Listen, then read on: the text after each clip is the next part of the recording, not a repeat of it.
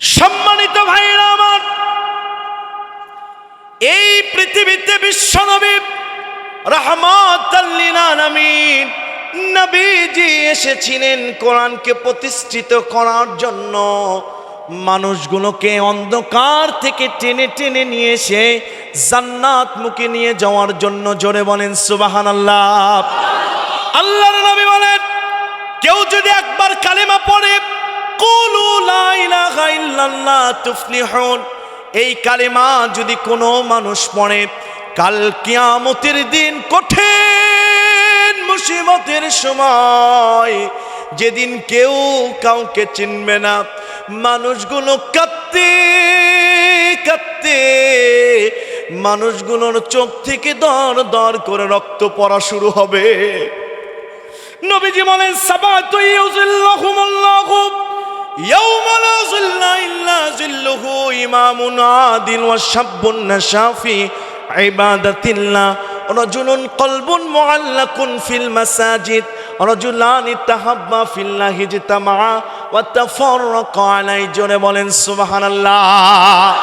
আল্লাহর নবী বলেন, কাল কিয়ামতের দিন আল্লাহর আরশের ছায়া ছাড়া কোনো ছায়াই থাকবে না। 7 শ্রেণীর মানুষ ওই ছায়ার তলে স্থান পাবে। তার ভিতরে অন্যতম এক শ্রেণী, রজুলুন কলবুন মুআল্লাকুন ফিল মাসাজিদ, যাদের অন্তরটা মসজিদের সাথে লটকানো থাকে। মসজিদে কোরআনের মাহফিল হয়, ঘরে শুয়ে থাকতে পারে না। মসজিদে আজান হয়, ক্রামবোর্ড যুবকেরা খেলতে পারে না, মুরব্বীরা বাজার করতে পারে না। বাজার স্টপ করে দিয়ে যুবকেরা ক্রামবোর্ড খেলা বন্ধ করে দিয়ে, ফ্রি ফায়ার পাবজি বন্ধ করে দিয়ে, বাসার ভিতরে ঘুমানো বাদ দিয়া আজান শোনার সাথে সাথে যারা মসজিদে চলে আসে। আল্লাহর নবী বলছেন, মা সন্তানকে চিনবে না, বাবা সন্তানকে চিনবে না।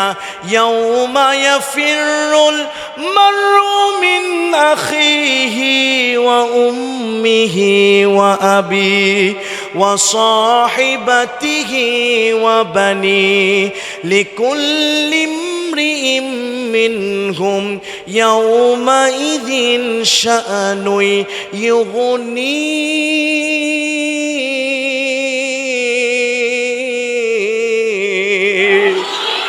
ওই দিন কেউ কাউকে চিনবে না।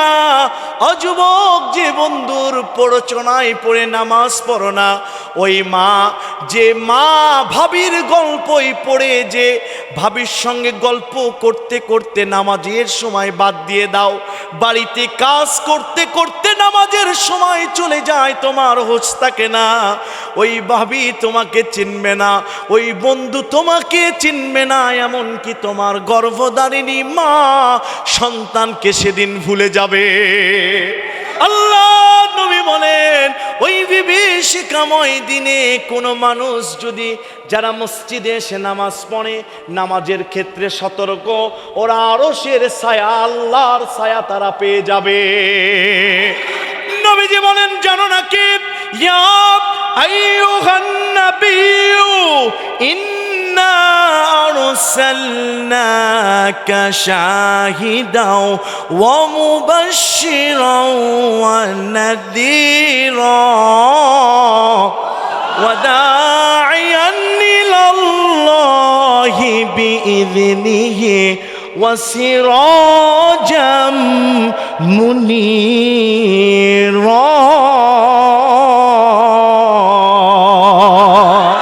ওই কিয়ামতের বিভীষিকাময় দিনে আমি রাসূল ওয়া মুবাশশিরা, সুসংবাদদাতা রাসূল, তোমরা যারা কালেমা পড়েছো, তোমরা যদি কাউকে না খুঁজে পাও, বাবাকে, বন্ধুকে, তোমরা চলে যাবে হাউজে কাউসারের কাছে।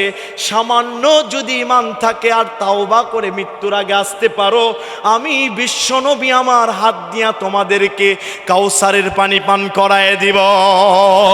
শুধু তাই নাকি সাহাবীরা, শুনে রেখে দাও, ও আমার উম্মত মুহাম্মাদি, শুনে রেখে দাও, তোমাদেরকে যদি জাহান্নামের দরজায় নিয়ে যাওয়া হয়, আর ইমানের বিন্দু পরিমাণ আলো যদি আমি তোমার অন্তরে দেখতে পাই, আমি বিশ্বনবী জাহান্নামের দরজায় গিয়ে তোমার হাত ছানি দিয়ে টেনে জান্নাতে পৌঁছায় দিব।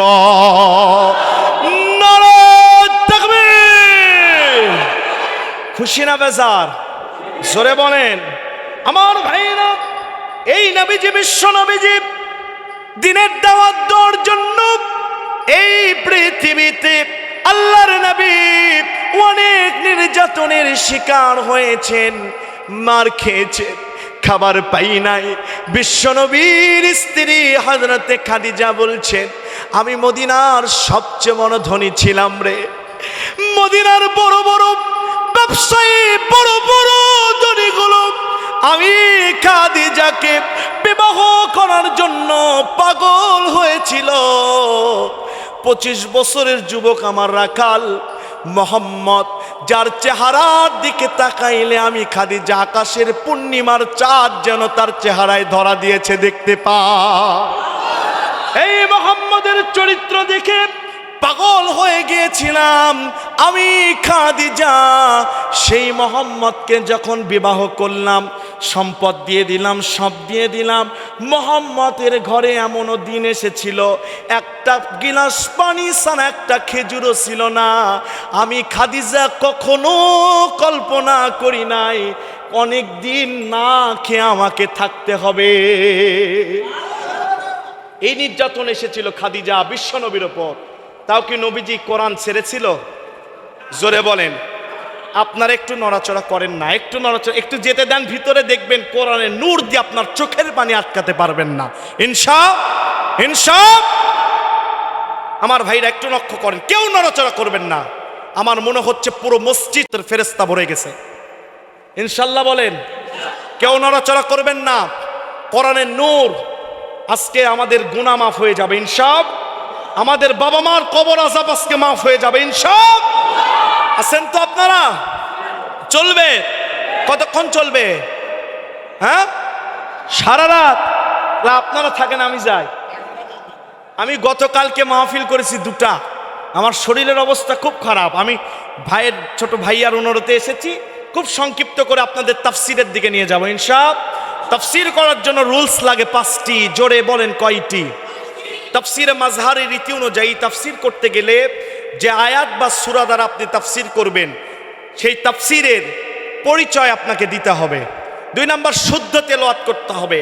3 নাম্বার এর শানে নজুল অর্থ বলতে হবে। 4 নাম্বার নাজিলের ব্যাকগ্রাউন্ড বলতে হবে। কোনো মাহফিলে যদি বক্তা আয়াত পড়ে আয়াত নাজিলের ব্যাকগ্রাউন্ড না বলে, মনে করবেন ওখানে তাফসির হয় না, ওখানে কিচ্ছা কাহিনী হয়।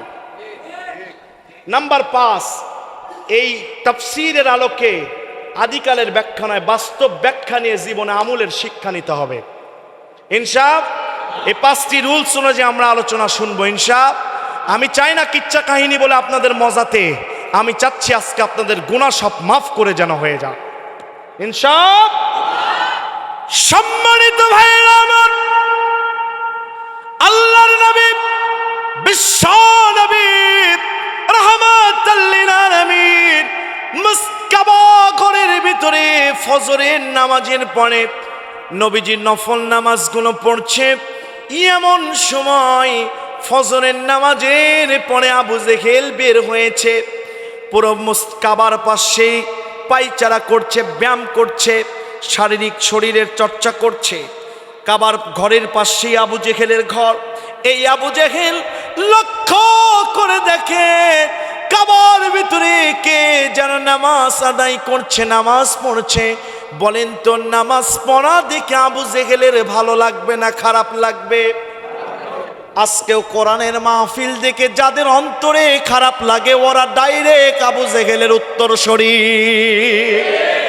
ভাইরা আমার, বাবাজিরা আমার, লক্ষ্য করেন, আল্লাহর নবী, বিশ্ব নবী, রাহমাতাল লিল আলামিন নামাজ পড়ছেন।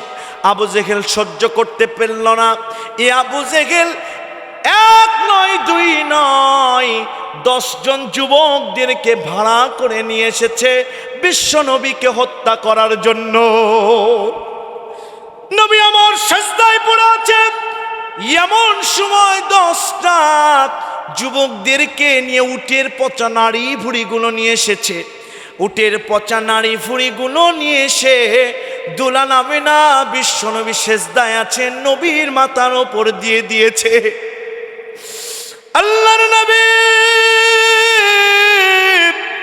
বিশ্বনবী এমন ভাবে নবীর শরীর কাঁপা শুরু করে দিয়েছে, একটা মুরগি জবাই করে ছেড়ে দিলে যেমন নড়াচড়া করে, বিশ্বনবীর পুরো শরীর ওই রকম কাঁপছে। জোরে বলেন আল্লাহু আকবার। নবীজি আমার সেজদায় যখন পড়ে আছেন, নবীর মাথার উপরে উঠেন নারী বুড়ি দেওয়া হলো। আল্লাহর নবী সেজদা ওঠান নাই কার সামনে থেকে? জোরে বলেন।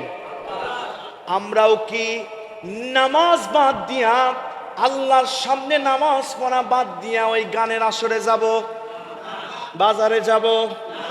জোরে বলেন। নামাজ বাদ দিয়া যারা চলবে না বিশ্ব নবীর আদর্শ এদের ভিতরে, নবীজি সেজদা উঠান নাই, কারণ কোরআন বলছেন ইন্নী ওয়াজ্জাহাতু ওয়াজহিয়া লিল্লাযী ফাতারাস সামাওয়াতি ওয়াল আরদা হানিফাও ওয়া মা আনা মিনাল মুশরিকিন। নবীজি সেজদা উঠান নাই। এমন সময় আব্দুল্লাহ ইবনে মাসউদ রাদিয়াল্লাহু তাআলা আনহু হাঁটি পা করে চলে গেছে নবী কন্যা ফাতেমার দরজায়। বিশ্ব নবীজির দরজায় যখন চলে গিয়েছে, নবীজির কন্যার দরজায় গিয়ে বলছে, ও ফাতেমা, জানো নাকি তোমার বাবার মাথার উপর উটের পচা নাড়ি ফুড়ি দিয়েছে, তোমার বাবা চিনে এই দুনিয়া থেকে বিদায় নিয়ে নিবে। আমাকে চা দোয়ানে ব্যস্ত হওয়া লাগবে না, আমি চা খাবো না, কারণ এখানে কোরআন হচ্ছে। একটু মনোযোগ দেন ইনশাআল্লাহ করেন। আয়াত নাজিলের প্রেক্ষাপট আপনাদেরকে বলছি। লুবাবুন নুকুল ফি আসবাবুন নুজুল লিখেছেন আল্লামা জালালউদ্দিন সুয়ুতী আশ-শাফি রাহমাতুল্লাহ আলাইহি। তিনি বলেছেন, আমি ঘুমের জগতে নয়, চর্মচোখে মদিনাওয়ালা নবীকে 70 বারের বেশি দেখেছি। ওয়া সাহিবুল কাশ, তিনি হাদিসটা বর্ণনা করছে, কথাগুলো বর্ণনা করছে। মা ফাতেমা রওনা দিয়েছে, নবীজির মাথার উপরে উটের পচা নাড়ি ফুড়ি। আল্লাহর নবীর কন্যা ফাতেমা মাত্র 8 বছর বয়স। বলেন তো 8 বছর বয়সের একটা ছোট্ট বালিকার হাত দিয়া কখনো কি উটের নাড়ি ফুড়ি সরবে? জোরে বলেন। নবীর কন্যা হাত দিলেন, আল্লাহ বলছেন, আয় জিবরিল, দেরি করছিস কেন রে জিবরিল? আমার নবী তো শুধু দুনিয়ার মানুষের নবী নয়, আমার নবী ধুলক বুলক ছাড়িয়ে 7 আকাশ পাড়িয়ে, তাফসিরে কাবির বলছে 40,000 জগৎ, তাফসিরে খাজেন বলছে 70,000 জগৎ, তাফসিরে ইবনে আশুর বলছে 80,000 জগৎ। এই মাটির উপরে, মাটির নিচে যত জগৎ আছে, কোনোদিন সময় হলে আমি সায়েন্স বিজ্ঞানের আলোকে বুঝে দিব আমার ভাইরা। এই সমস্ত জগতের জন্য আমার নবী বিশ্ব নবী রহমত। আই জিবরিল, দেরি করছিস কেন রে জিবরিল? যা, আমার বিশ্ব নবীর কন্যা ফাতেমা হাত দিয়েছে, নবীর কন্যা ফাতেমার হাতের সাথে আমার আল্লাহর রহমত ঘোষণা করে দিলাম, তোর হাতটা লাগায়া দে। জোরে বলেন আল্লাহু আকবার। ওয়াল্লাযীনা জাহাদু ফিনা লানাহদিয়ান্নাহুম সুবুলানা ওয়া ইন্নাল্লাহা লামাআল মুহসিনিন।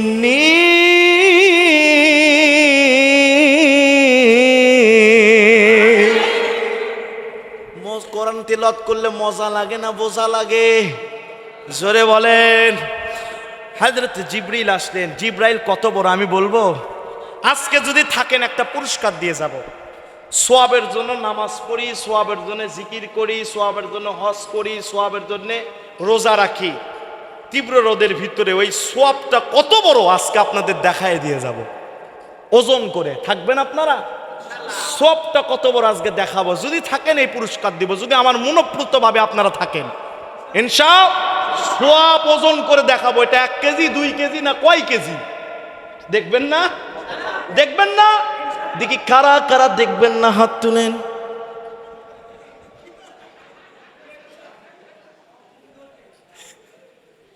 আপনারা আছেন না গেছেন? বলে ভাইরা আমার, এই কোরআন এমন জানেন নাকি? এই কোরআন কবরে পাখি রূপ নিয়ে আপনাকে ডানা দিয়ে ঢাকিয়ে রাখবে। মুনকার নাকির আসবে কবরে প্রশ্ন করার জন্য, বলবে এখানে লাশ থাকার কথা, পাখি কেন তুমি? বলছে আমি এখানে পাখি কেন, যাও যার কাছে থেকে এসেছো তার কাছ থেকে খবর নিয়ে আসো। ফেরেশতা চলে যাবে, আল্লাহ লাশ তো পায় নাই, গিয়েছিলাম আপনার অর্ডারে। পাখি বলে আপনার কাছে উত্তর নিতে। আল্লাহ বলবে ওটা দুনিয়ার কোনো পাখি নয়, আল কোরআন হুজ্জাতুল লাকা ওয়া আলাই, ওটা আমার কোরআন কারো পক্ষে কারো বিপক্ষে রূপ নেয়। জোরে বলেন আল্লাহু আকবার। আমার কোরআন, আমার বান্দা কোরআন তাকে ডানা দিয়ে ঢেকে রেখেছে। ওই যে গভীর রাত্রে ক্ষুধা লেগেছিল, ক্ষুধা বন্ধ করে দিয়ে কোরআনের মাহফিলে বসে আছে, ওই কোরআন তাকে ছাড়ে নাই। কোরআন তাকে ঢাকিয়ে রেখেছে জান্নাত পর্যন্ত পৌঁছানোর জন্য। আপনারা আছেন না গেছেন? বিশ্বনবী সাল্লাল্লাহু আলাইহি সাল্লামের কন্যা হাত দিলেন, জিব্রাইল আসলেন। বলতে চাচ্ছিলাম জিব্রাইল কত বড়, শুনবেন? শুনবেন? তাফসিরে বাইজাবি মালাইকার অধ্যায় থেকে বলছি, সাইয়্যিদুল মালাইকা জিব্রাইল কত বড়। জিব্রাইলকে আল্লাহ 600 ডানা দিয়েছিলেন। জিব্রাইল আলাইহিস সালাম মাটির নিচে যত পানি আছে, সমুদ্রের 20,000 কিলোমিটার নিচে যদি একটা জড় বস্তু ছেড়ে দেওয়া হয়, ওটা 200 টুকরায় পরিণত হয়। বিজ্ঞান আজও সমুদ্রের শেষ স্থল আবিষ্কার করতে পারে নাই। এই 4 কাপের পানিও যদি, সমস্ত পানি যদি এনে জিব্রাইলের মাথায় দেওয়া হয়, জিব্রাইলের মাথায় সমস্ত পানি দেওয়ার পরেও জিব্রাইলের মাথা ভিজবে, এমন ভিজবে যে 1 ফোঁটা পানি নিচে পড়বে না। পরিপূর্ণ মাথা না ভিজলে কি পানি পড়ে? এত বড় জিব্রাইল। নবীজি সাল্লাল্লাহু আলাইহি ওয়াসাল্লাম মেরাজের, নবীজি সাল্লাল্লাহু আলাইহি ওয়াসাল্লাম গাড়ে হীরার ভিতরে ছিলেন, গভীর রাত্রে ডাকছে ইয়া মুহাম্মদ। তিনি বের হলেন, বের হয়ে আকাশের দিকে তাকিয়ে দেখে একজন মহান সিংহাসনে বসে আছে। তিনি কেমন বসে আছে? তার দৈর্ঘ্য প্রস্থ এতই বড় যে আকাশের 1 চুল জায়গা দেখা যাচ্ছিল না। আল্লাহু আকবার। আরো আস্তে বলেন, আরো আস্তে, আরো আস্তে। শুধু তাই নয়, জিব্রাইলকে নবীজি যেদিন প্রথম দেখেছিলেন, জিব্রাইলের 600 ডানা দিয়ে মণি মুক্তাগুলো জমিনে ঝরঝর করে পড়তেছিল। আল্লাহু আকবার বলবেন না? 2 বার জিব্রাইলকে দেখেছেন বিশ্বনবী। এই জিব্রাইল আলাইহিস সালাম তিনি মা ফাতেমার হাতের সাথে হাত দিলেন, উটের পচা নাড়ি ভুড়ি পড়ে গেল, নবীজি দাঁড়িয়ে গিয়েছেন। জোরে বলেন আল্লাহু আকবার। বিশ্বনবী রাহমাতুল লিল আলামিন যখন উটের পচা নাড়ি ভুড়ি পড়ে গেলেন, নবীজি দাঁড়িয়ে গেলেন। দাঁড়িয়ে যাওয়ার পরে নবীজিকে জিব্রাইল বলছেন ইয়া রাসূলুল্লাহ, হতাশ হবেন না, ভেঙ্গে পড়বেন না। আপনার এই নির্যাতনে আপনি আল্লাহর সামনে থেকে সিজদা ওঠান নাই, আপনি ইস্তেকামাত ছিলেন। ইয়া রাসূলুল্লাহ, আল্লাহ এত খুশি হয়েছে, কোরআনুল কারীমের 41 নম্বর সূরা, সূরা হামিম সিজদার 30 নম্বর আয়াত, দুনিয়া সৃষ্টির 50,000 বছর পূর্বে লাউহে মাহফুজে বাইতুল ইজ্জা নামক জায়গার কলম দিয়ে রেখেছিল। এই মুহূর্তে আপনার জন্য, আপনার উপরে আর আপনার আগামীর সমস্ত উম্মতের উপরে আল্লাহ পাক এই মুহূর্তে আয়াত নাজিল করে দিয়েছে। আয়াত কেবল নাজিল হয়ে গেল। জোরে বলেন আল্লাহু আকবার। নবীজি খুশি হয়ে গেলেন, কারণ যার কেউ নাই তার কি আছে? আপনি একটা ভ্যানওয়ালাকে থাপ্পড় দিয়েছেন, দিয়ে চলে গেছেন, অন্যায়ভাবে থাপ্পড় দিয়েছেন, কলারটা ধরেছেন, ওর ক্ষমতা নাই, বড় ভাই নাই, টাকা নাই, কথা বলেন, কিছুই নাই। আপনি মনে করছেন শালাক থাপ্পড় মারছি রে, ওই কি করবে, ও 14 পুরুষও তো আমার সাথে পারবে না, ওর 14 পুরুষ লাগবে না। ও যদি তাহাজ্জুদের নামাজে এক চুল পানি, একটা পানি যদি ফেলে দেয়, অনুতপ্তের একটা যদি আল্লাহর কাছে দুঃখের কষ্টের পানি যদি ফেলে দেয়, আল্লাহর আরশ পর্যন্ত কেঁপে উঠবে। মরার আগে এমন রোগ হবে, পৃথিবীর সমস্ত ডাক্তার বিদেশে গিয়েও কাম হবে না, 2 কিডনি নষ্ট। এগুলো কি? মানুষের বদদুয়া। যহরাল ফাসাদু ফিল বাররি ওয়াল বাহরি বিমা কাসাবাত আইদিন নাস। জল স্থল থেকে যা কিছু আছে এগুলো তো হাতের কামাই। এজন্য সাবধান, কোন মাজলুমের বদদুয়ার শিকার নিজেকে বানাবেন না। যিনি আপনাকে বাদশা বানায়েছেন তিনি আপনাকে ফকির করে, লাঞ্ছিত করে দুনিয়া থেকে বিদায় করে দিবেন। বিশ্বনবীজি যখন কোরআনের দাওয়াত দেওয়ার জন্য পাহাড়ে উঠলেন ফজরের সময়, তিনি ডাক দেওয়ার জন্য সবাইকে ডাকলেন। তৎকালীন ফজরের সময় কোনো ঘোষণা দেওয়া হতো 2টি কারণে। 1 নাম্বার কারণ হচ্ছে ফজরের সময় যদি কোনো যুদ্ধ লাগে, এই যুদ্ধের সময় যারা পরাজিত হবে এরা দৌড়ানোর জন্য আলো পাবে। আর 2 নাম্বার, তৎকালীন লোকেরা ফজর পর খুব জাগ্রত থাকতেন তারা, কারণ সারাদিন ক্লান্ত থাকতেন, রাতে তাড়াতাড়ি ঘুমাতেন, ফজরের সময় তারা জাগ্রত থাকতেন। নবীজি বললেন, তোমরা কি জানো আমি যদি বলি, প্রত্যেকটি গোত্রের নাম ধরে ধরে ডাকলেন, তোমরা কি জানো আমি যদি বলি পাহাড়ের পিছে কোনো শত্রু আছে, তোমরা কি বিশ্বাস করবে? বলছে, মোহাম্মদ তোমার নাম আল আমিন, আমরা সার্টিফিকেট দিয়েছি, তুমি বললেই আমরা বিশ্বাস করব। সুবহানাল্লাহ বলেন। এমন সময় নবীজি বললেন, আমি আল্লাহর নবী, আমার উপর কোরআন নাজিল হয়েছে, তোমরা আল্লাহকে মেনে নাও, এক আল্লাহর ইবাদত করো, সব মূর্তিকে ফেলে দাও, এটা তোমরা মেনে নাও। এমন সময় ওই আবু লাহাব বিশ্বনবীকে লক্ষ্য করে নিজের চাচা পাথর মেরেছিলেন। তাব্বাল্লাকা মুহাম্মদ, ধ্বংস হও মুহাম্মদ। এই আবু লাহাব নবীজি মাজলুম, তার উপর পাথর মেরেছে। আবু লাহাবের মৃত্যুর সময় পুরো শরীর থেকে ঘা বের হওয়া শুরু হয়েছে। সবাই বলছে প্লেগ রোগ। 4টি সন্তান এক ঘরে বসে, একজন বলছে, এই বাবাকে কিন্তু রাখা যাবে না, আমাদেরও হবে, তুই চাষ কয় ফেলে দে, দরকার নাই বাপে। এরকম 4 জন যখন বলেছে, দাসীকে নিয়ে, দাসকে দিয়ে বস্তার পার সঙ্গে দড়ি লাগায়া শেষরে জঙ্গলে ফেলে দিয়ে এসেছে। আল্লাহু আকবার বলবেন না? এই যে মাজলুমের ওপর শাস্তি দিয়েছিল, 56,000 বর্গ মাইল বাংলাদেশে, 1 নয় 2 নয়, 16টি বছর ধরে বাংলাদেশের আলেম ওলামা সাধারণ মানুষের ওপর যা নির্যাতন করা হয়েছে তার বর্ণনা দেওয়া যাবে না, কথা বলেন ঠিক কিনা? কত মা সন্তানকে হারাইছে, কত বাবা কলিজার টুকরা সন্তানকে হারাইছে। আপনাকে বলি তো, আপনার সন্তান 2 দিন যদি বাসায় না আসে আপনি থাকতে পারবেন না, পাগল হয়ে যাবে, কিছু আপনাকে ভালো লাগবে না। ওই মা যখন ডাইনিং টেবিলে খেতে যায়, দেখে ডাইনিং টেবিলে আমার সন্তান নাই। যখন আলমারি গুছাতে যায়, দেখে আমার সন্তান নাই, কাপড় ঠিকই আছে। যখন বিছানায় ঘুমাতে যায়, আমার সন্তান নাই, বিছানা ঠিকই আছে। তারা বৈষম্য বিরোধী ছাত্র আন্দোলনে তারা যোগ দিয়া এই বাতিলকে পরাজিত করাইছে। ওই যে মা বাবার তাহাজ্জুদের চোখের পানি, আলেম ওলামার পানি, আয়না ঘরের মানুষের চোখের পানি সহ্য করে নাই, লেডি ফেরাউন হাসিনাকে পালাতে বাধ্য হয়েছে, কথা বলেন ঠিক কিনা? মাজলুমের দয়ার দোয়া বদদোয়া নিবেন না। হাসিনা কিছুদিন আগে বলেছে যে আমি বাংলাদেশের প্রধানমন্ত্রী আজও আছি, এখনো আমি ইস্তফা দেই নাই। অথচ রাষ্ট্রপতি বলেছে হাসিনা কিন্তু কাগজ জমা দিয়েছে, কথা বলেন ঠিক কিনা?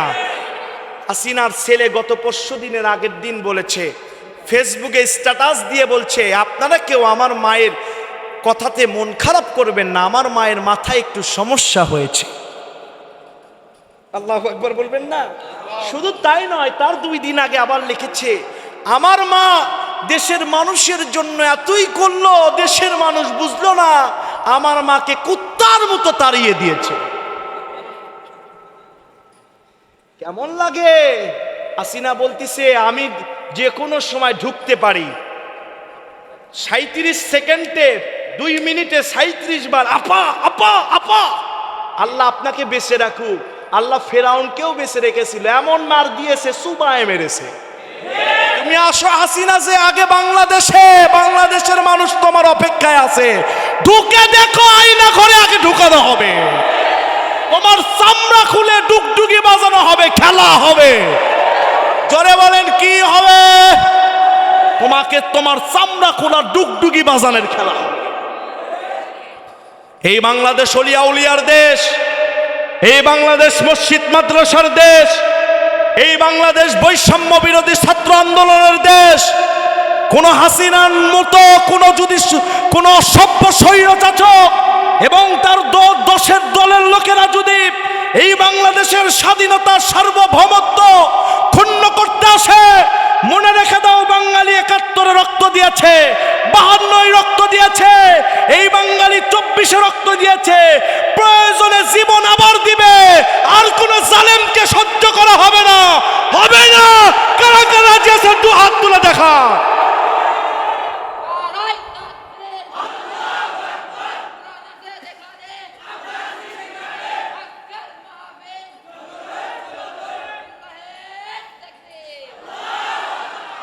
কষ্ট পাচ্ছেন?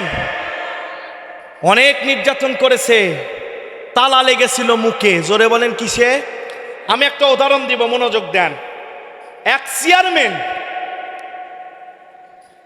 একটু লক্ষ্য করেন, এক চেয়ারম্যান একজন ভ্যানালাকে বলেছে আগামীকাল 10টার দিকে তোর খবর আছে। কি বলেছে? আরো জোরে। বাসায় যে বলতেছে আগামীকাল 10টার দিকে তো আমাকে চেয়ারম্যান বলেছে তোর খবর আছে, মানে আমার বাড়ি ভিটা বাটি শেষ করাবে, আমাকে এলাকায় থাকতে দিবে না, আমার কোমরও ভেঙে দিতে পারে। স্ত্রী বলতেছে টেনশন নিও না, যার কেউ নাই তার কে আছে। আলাইসাল্লাহু বিকাফিন আবদা, বান্দার জন্য কে যথেষ্ট? চেয়ারম্যান একটু আল্লাহর কাছে বলছে রব্বুল আলামিন কিছুই করি নাই, চেয়েছিল 20,000 টাকা ঘুষ দিতে পারি নাই, আমাকে বলেছে তোর খবর আছে। আল্লাহ যাই বলেছে খবর আছে, এর খবর একটু তুমি করো আল্লাহ। রাতের 10টার দিকে, যখন রাতের 10টা বাজে, চেয়ারম্যান সাহেব বাথরুমে ঢোকার জন্য স্যান্ডেল না কি বলেন আপনারা, স্যান্ডেলটা পড়েছে, টয়লেট স্যান্ডেলটা পড়েছে। তার স্ত্রী সকালবেলা কাপড় কাচায় রেখেছিল সার্ফেক্সেল দিয়া, এটা আর চেয়ারম্যানের স্ত্রীর মনে নাই, কারণ ঘুষের জিনিস নিতে নিতেই তোর সময় শেষ হয়ে যায়। কথা বলেন, কথা বলেন। চেয়ারম্যান সাহেব স্যান্ডেলটা পরে যখনই ঢুকেছে, বিসমিল্লাহ সারায় চাট করে পড়ে গেছে। পড়তে 1 মিনিটও সময় লাগে? আমাদের দেশেও ক্ষমতা থেকে পড়তে 1 মিনিটও সময় লাগে? নিবন্ধন বাতিল করেছে, নিজেরাই বাতিল হয়েছে। বুঝলে বুঝপাতা, না বুঝলে তেজপাতা। আমার ভাইরা কষ্ট পাচ্ছেন? রাত 11টার দিকে ওই ভ্যানওয়ালা দেখে কেরে গ্রামের দিকে, রাত 11টার দিকে আওয়াজ হয় কেন? বের হয়ে দেখে অ্যাম্বুলেন্স। ওই অ্যাম্বুলেন্সের পিছনে দৌড় দিয়েছে। গ্রামের মানুষের একটু মানবতা দয়া আছে না নাই? শহরে এটা পাবেন না, এক ঘরের পাশে আরেকজন মরে থাকবে খবরই নাই, আর গ্রামে একজন মারা গেলে রাত 1টা 2টার দিকে হলেও তার লাশের খবর নিতে যায়। কথা বলেন ঠিক কিনা আমার ভাইরা? এই যে আছে এক আল্লাহর ওলি, আমার ভাইরা। ওই সময় ভ্যানওয়ালা যায় দেখে অ্যাম্বুলেন্স ওই চেয়ারম্যানের দরজায়। চেয়ারম্যানকে সোজা লাশের মতো করে নাস্তা নিয়ে আসতেছে। ওই কানে কানে যেয়ে বলতেছে, চেয়ারম্যান সাহেব খবর আমার না আপনার? খবর কার? বলেছিলেন কাল 10টায় আমাকে করবেন, আজকে 10টায় আপনার খবর হয়েছে। কথা বলেন ঠিক কিনা? এই বাংলাদেশের ইসলামী দলদের ওপর, আলেমদের ওপর যারা খবর করতে চেয়েছিল, তার সন্তান এসে বলেছে আগামী 15 বছরে জামাত বিএনপি আর ক্ষমতায় আসতে পারার কোনো সুযোগ নাই। এমন আওয়াজ দিয়েছে খবর করার জন্য, আল্লাহ বলছে বেশি বাড়া ভালো না, 1 বছরও যাওয়া লাগা না, এমন ভাবে পড়েছে সিটপাটাং হয়ে পেলে চলে গেছে। কথা বলেন ঠিক কিনা? একটু আসো, মানুষ লাশ আর কাবাব বানায় সারবে। কথা বলেন ঠিক কিনা? এই জন্যই মাজলুমের বদদোয়া নেওয়া যাবে। বিশ্বনবীর কন্যা ফাতেমা যখন আসলেন, কোরআন নাজিল হয়েছে, এমন সময় ফাতেমা বলল, ও রব্বুল আলামিন, আমার বাবাকে এত নির্যাতন করলো আল্লাহ, এদের কি বিচার হবে না? ফাতেমা বলল, বাবা গো, আজকে একটা জিনিস আপনার কাছে পুরস্কার চাই, গিফট চাই। কোন সন্তান যদি বাবার কাছে চায়, বাবার মন কাঁদে কিনা? সঙ্গে সঙ্গে বিশ্বনবী বলছে, ফাতেমা কি চাইবা বলো তো? বলছে, আমি একটু আল্লাহর কাছে দোয়া করতে চাই। আল্লাহু আকবার বলেন। নবীজি তিনি দোয়া শুরু করেছিলেন, তিনি বলছেন, আল্লাহুম্মা আলাইকা বি কুরাইশ, আল্লাহুম্মা আলাইকা বি আবু জেহেল, আল্লাহ কুরাইশ এবং আবু জেহেলদেরকে ধ্বংস করে দাও। ফাতেমা নবীর হাতে হাত দিয়ে বলছে, বাবা আমি একটু দোয়া করতে চাই। নবীজির কন্যা বলছে, আল্লাহুম্মা আলাইকা বি কুরাইশ, আল্লাহুম্মা আলাইকা বি আবু জেহেল, আল্লাহ আবু জেহেলকে ধ্বংস করো, আল্লাহ কুরাইশকে ধ্বংস করো। বিশ্বনবী বলেছে আমিন। নবী হ্যাঁ বললে হ্যাঁ হয়ে যায়, না বললে না হয়ে যায়। নবী যা বলে সেটা শরিয়া হয়ে যায়, শরীয়ত প্রণেতা। নবী যে আমিন বলেছে, তাফসীর কারকরা বলে, নবী যদি কাউকে বদদোয়া দেয় সময় লাগে মাত্র 3 মাস। জোরে বলেন কয় মাস? 3 মাসের ব্যবধানে গালিবে বদর নামক কূপে বদর যুদ্ধে নাস্তানাবুদ হয়ে আবু জেহেল মারা গেছে, তার সাঙ্গপাঙ্গ মারা গেছে। নবী নাই। নবীর উত্তরসূরি বাংলাদেশে ছিল কিনা? জোরে বলে। একটা ইসলামী বই যদি কেউ চাইতো, ওই আল্লামা সাইদি 20 কিলো শীতের ভিতরে সাইকেল চালায়া চালায়া ইসলামী বইগুলো দিয়ে আসতো। আজকে এই মঞ্চে তো আমাদেরকে মানায় না। যখন আমরা এই মঞ্চে বসি, ওই কোরআনের পাখির কথা মনে হয়। আজকে বক্তাদের গাড়ি হয়, বাড়ি হয়, আর এই কোরআনের পাখির জীবন দিয়ে দিয়েছে ইসলামের জন্য, যার প্রতিটি কথা কলিজার ভিতরে সেল গেঁথে গেত। যখন সিঁড়ি থেকে নামতো, কোরআনটা বুকে ধরে নামতো। যখন আমরা কানে শুনেছি আল্লামা সাইদি নাই, মানুষের কলিজা কেঁপে উঠেছে। কথা বলেন ঠিক কিনা?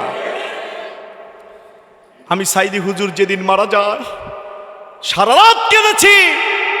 ফজর পর এক দোকানে হোটেলে গিয়েছি, একজন রিস্কাওয়ালা খাবার মুখে নিতে গিয়ে ফেলে দিয়েছে। বলছে, আজকে আমার গলা থেকে খাবার নামবে না। এই বাংলাদেশে যিনি তাফসিরুল কোরআন মাহফিল এনেছে, এই বাংলাদেশে যিনি কোরআন টু কোরআন তাফসির করেছে, বাঙালি মানুষ মুন্সি মৌলবীর ভিতর ছাড়া আর কিছুই জানতো না, যিনি কোরআনের আয়াতগুলো চুলচেরা আকারে বিশ্লেষণ করেছে, যিনি বলেছে কওমি মাদ্রাসা আমার ডান চোখ, আলিয়া মাদ্রাসা আমার বাম চোখ, একটা চোখ ছাড়া কেউ থাকতে পারে না, এই কোরআনের পাখিকে ইঞ্জেকশন পুশ করে বিদায় করা হয়েছে ভারতীয় রদের নির্দেশে। কথা বলেন ঠিক কিনা? বদদুয়া দেয় না, শীতের ভিতরে এক ঘরে রেখেছে, কাঁথা দেয় না, কম্বল দেয় না, তাহাজ্জুদের নামাজ পড়েছে, সেজদা টয়লেটের দরজায় গিয়ে পড়েছে। এই বদদুয়াগুলো কে দেখেছে? সাইদি হুজুর মারা গেতে 1 বছর লাগে নাই, চলে গেছে, এরাও নাস্তানাবুদ হয়ে গেছে। কথা বলেন ঠিক কিনা? আমার ভাইরা, মাজলুমের বদদুয়া নিবেন না, ধ্বংস হয়ে যাবেন, ধ্বংস হয়ে যাবেন। হুজুর যেদিন বিদায় নিল, শেষ হাসি দিয়ে বিদায় হয়েছিল। দুনিয়া কেঁপে উঠেছিল। বলবেন হুজুর এর মিল কি? আল্লাহ যাদেরকে কবুল করে তাদের জন্য অনেক কিছুই হয়ে যেতে পারে। আল্লামা রুমি যেদিন বিদায় নিয়েছিল, ওই দিনও দুনিয়া কেঁপেছিল। তোমাদের কাছে যা হতে পারে, আমাদের কাছে উনি কোরআনের পাখি, কোরআনের তাফসীর কারক। কথা বলেন ঠিক না? আমরা একটাই দাবি জানাই আজকের এই মাহফিল থেকে, যারা আলেমদের উপর নির্যাতন করেছে, আল্লামা সাইদির মতো লোকদেরকে যারা বিদায় করে দিয়েছে, এদের চূড়ান্ত এবং নিকৃষ্ট বিচার আমরা দেখতে চাই। দেখতে চান কিনা? কারা কারা চান? 2 হাত তুলে আমার আল্লাহকে দেখিয়ে দেন। আল্লাহ কবুল করেন, বলেন আমিন। ভাইরা আমার, নবী কন্যা বদদুয়া দিয়েছিল নবীজি, ওরা 3 মাসের ভিতরে নাস্তানাবুদ হয়েছে। এই আলেমরাও বদদুয়া দিয়েছে, 1 বছরের আগে এরা নাস্তানাবুদ হয়েছে। কথা বলেন, কথা বলেন, কথা বলেন। সম্মানিত ভাইরা আমার,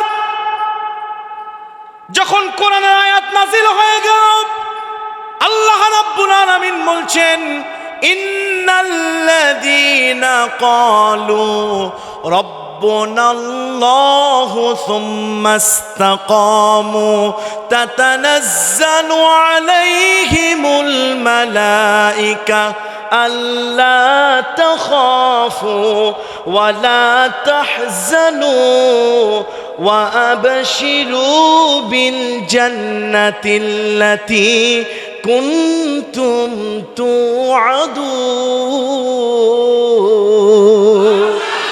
যারা বলে আমাদের রব আল্লাহ, আমাদের রবকে, যুবকেরা হাত তুলে দেখাও আমাদের রবকে।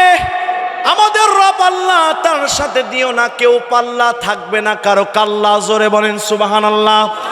আমাদের রব আল্লাহ, এই কথা যারা বলে, তাফসিরে জাবেরি থেকে বলছি, তাফসিরে জাবেরিতে রব শব্দের অর্থ এসেছে 104টি, তাফসিরে ইবনে কাসিরে এসেছে 81টি, তাফসিরে কুরতুবিতে এসেছে 103টি, তাফসিরে ইবনে কাসিরে এসেছে 49টি, তাফসিরে জালালাইন শরীফে এসেছে 53টি, মাদারিজুন নবুয়া এই কিতাবের ভিতরে রব শব্দের অর্থ এসেছে 5000, আর বিশ্ব নবীর নামের অর্থ এসেছে 4000। জোরে বলেন আল্লাহু আকবার।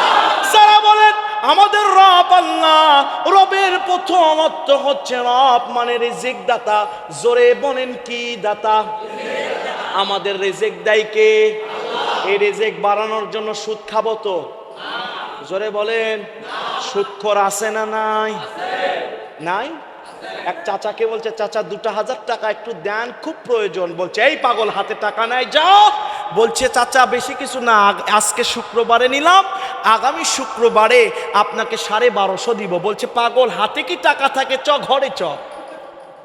বাসায় গিয়ে 1250 দিয়ে বলছে, আরো যদি লাগে দিব, বলিস তোর চাচিও এটা করে, তাড়াতাড়ি করে। মসজিদে আজান হচ্ছে, জামাতে গিয়ে মাগরিবের নামাজ ধরবো, এমন আল্লাহর ওলি নাই? আছে না নাই? জোরে বলেন। যারা সুদ খায় তারা আল্লাহকে রিজিক দাতা মানতে পারে? জোরে বলেন। আপনার সুদ কে কে? আপনি টাকার পাহাড় করলেন, আর ভ্যানওয়ালা মাত্র 300 টাকা কামাই করে, তারাও তো বালা মুসিবত নাই। জোরে বলেন ঠিক কিনা? আপনি সুদ খান, মেয়ের পিছনে টাকা লাগে, আপনার পিছনে টাকা লাগে, স্ত্রী অসুস্থ, ডায়াবেটিস পরীক্ষা করতে করতে সব শেষ। আর আসতে ভাইরা আমার, রবের এক নম্বর অর্থ হচ্ছে রব মানে রিজিক দাতা। ওয়া মা মিন দাব্বাতিন ফিল আরদি ইল্লা আলাল্লাহি রিজকুহা। রবের এক নম্বর অর্থ রিজিক দাতাকে। তাহলে সুদ খাবো তো?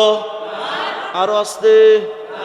যারা সুদ খাবে তাদের খাতে তো দিবেনই না, তাদের সাথে সম্পর্কও রাখা যাবে না।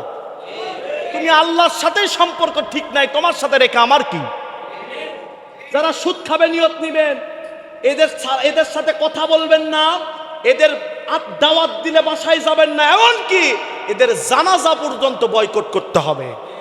সুদ খাওয়া তো দূরের কথা, সুদ খাওয়ার স্বপ্ন হারিয়ে ফেলবে। কথা বলেন, কথা বলেন, কথা বলেন। পৃথিবীর এক নাম্বার এত নিকৃষ্ট গুনাহ, যে গুনার সবচাইতে বড় গুনাহ হচ্ছে আল্লাহ এবং রাসূলের বিপক্ষে তরবারি তোলা। আপনি কামলা দিয়ে খান, সুদ খায়েন না। কবরে শুয়ে থাকবেন, পৃথিবীর ডান প্রান্তের মাটি ডান প্রান্তে চলে যাবে, বাম প্রান্তের মাটি বাম প্রান্তে চলে যাবে। এমন চাপ দিবে, হাড্ডিগুলো চুরে চুরমার হয়ে যাবে, এত চিৎকার দিবেন, আপনার সন্তানও শুনবে না, আত্মীয়ও শুনবে না, বরং সময়ের ব্যবধানে তাদের চোখের পানি ফুরায় যে মুখে হাসি চলে আসবে। আপনি একা কবরে থাকবেন। আপনাকে একটা উদাহরণ দিই, বিবেক যদি থাকে আপনি আজ থেকে ঠিক হয়ে যাবেন। আপনি এক বাসায় কি 1 মাস একা থাকতে পারবেন? আপনাকে টাকা পয়সা শব্দ হয়েছে, খাবার শব্দ হয়েছে, এক মাস এক বাসায় একা থাকতে পারবেন? ফাফরে কি হয়ে যাবেন? জোরে বলেন। আর কিয়ামতের 1 সেকেন্ড আগে মারা গেলে 40,500 বছর ওই কবরে একা থাকতে হবে। ওখানে কেমনে আপনি এই শাস্তি নিয়ে একা থাকবেন বলেন? বলেন, আল্লাহর রহমতের দরকার আছে না নাই? যদি বিবেক থাকে, যদি বিবেকের প্রতি শয়তান প্রসাব না করে দেয়, আজ থেকে আপনার বিবেক ঠিক হয়ে যাবে। ঠিক কিনা বলেন? এগুলো সমাজের প্রয়োজন আছে না নাই? না কিচ্ছা কাহিনী বলে শুধু কান্না? জোরে বলেন। রব যারা মানব, প্রত্যেকটি অধ্যায় রবের 4টি অর্থ, প্রত্যেকটি পর্যায়ে অর্থগুলো বিশ্লেষণ করতে গেলে প্রায় 2 ঘন্টার প্রয়োজন। আমি শেখের কোলাতে এই আয়াতের তাফসির করেছিলাম 4.5 ঘন্টা। আমার ভাইরা, রব শব্দের আরেকটি অর্থ হচ্ছে সৃষ্টিকর্তা। জোরে বলেন কি কর্তা? আল্লাহ রাব্বুল আলামিন। এই যুবক, আপনাদেরকে বলছি একটু বিবেকটা খুলে দেখেন, আল্লাহ পাক আমাদেরকে কিভাবে সৃষ্টি করেছে। বর্তমান জাপানের বিজ্ঞানীরা বলছে মানুষের মাথার ভিতরে যে মগজ আছে, এই আমি 1 থেকে 15 মিনিটের মধ্যে আলোচনা শেষ হবে, একটু মনোযোগ দেন। মূল আলোচনা, আল্লাহ রাব্বুল আলামিন বলেন মানুষের মাথার ভিতরে যে মগজ আছে, এই মগজের ভিতরে যে চর্বি আছে, একটাও চর্বি নয়। বিজ্ঞানীরা বলেন মানুষের মাথার এই চর্বি থেকে যদি টান দেওয়া হয় দেখা যাবে এগুলো সব তার। আর এই তারগুলো এত লম্বা, জানো নাকি গোটা পৃথিবীকে 3 বার মোড়ানো যাবে এমন তার একজনের মাথার ভিতরে আল্লাহ দিয়েছে। শুধু তাই নয়, আল্লাহ রাব্বুল আলামিন মানুষের মাথার নিচে যে চোখ দিয়েছেন, চলেন চোখের ভিতরে কি আছে। 2002 সালে ইনকিলাব পত্রিকা এসেছিল, জাপানের বিজ্ঞানীরা একটা চোখ যতদূর দেখতে পারে এতদূর দেখার জন্য একটা টর্চ লাইট তৈরি করেছিল। দিন শেষে টর্চ লাইটের বিল লাগে 900 টাকা। জোরে বলেন কয় টাকা? তাহলে 2 চোখের জন্য 1800, মাস গেলে 54,000, বছর গেলে 6,48,000 টাকা লাগে। সেই 2002 সালের কারেন্টের হিসাবে বলছি, এখন আরো বেশি না কম? জোরে বলেন। আল্লাহ পাক কেমন 80 বছর পার হয়ে গেছে, ব্যাটারি চেঞ্জ করা লাগে না।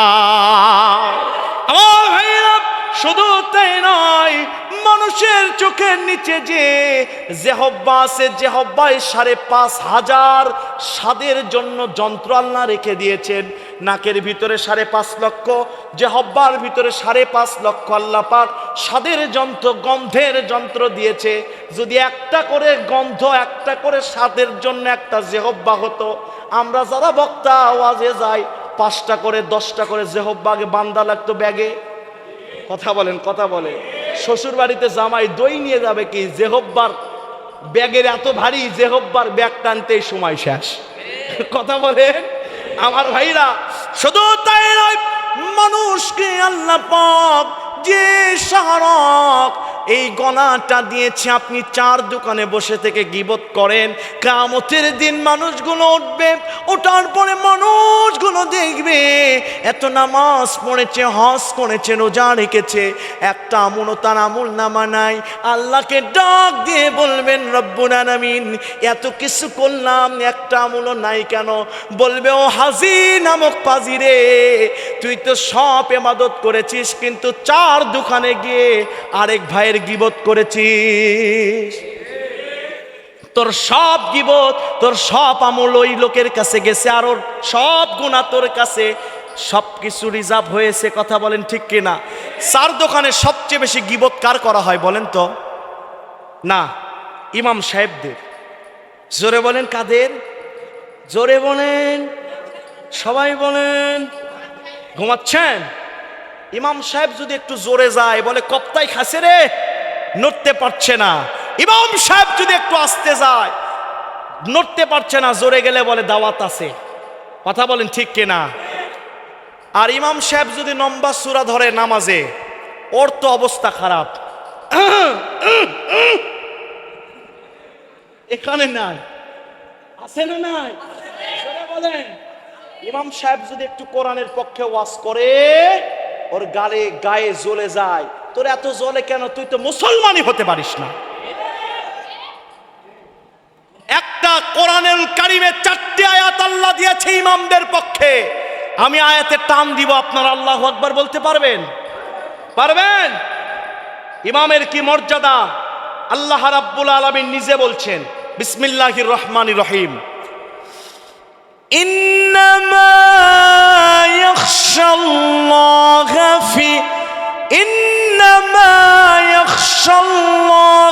মিন ইবাদিহিল উলামা।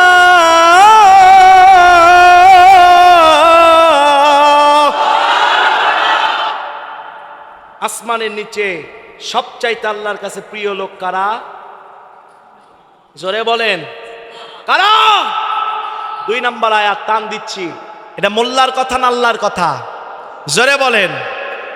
সূরা মুজাম্মিল আল্লাহ রাব্বুল আলামিন এখানে বলছেন 57 নম্বর আয়াতে, ইয়ারফাইল্লাহুল্লাযীনা আমানু মিনকুম ওয়াল্লাযীনা উতুল ইলমা দারাজাত।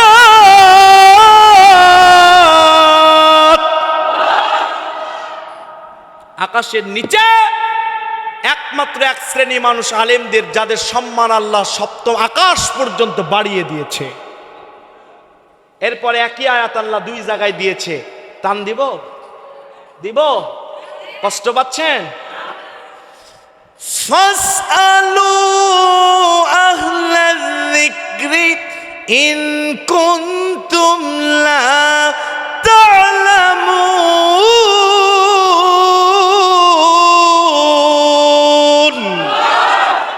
যা জানো না আলেমদের থেকে জেনে নাও।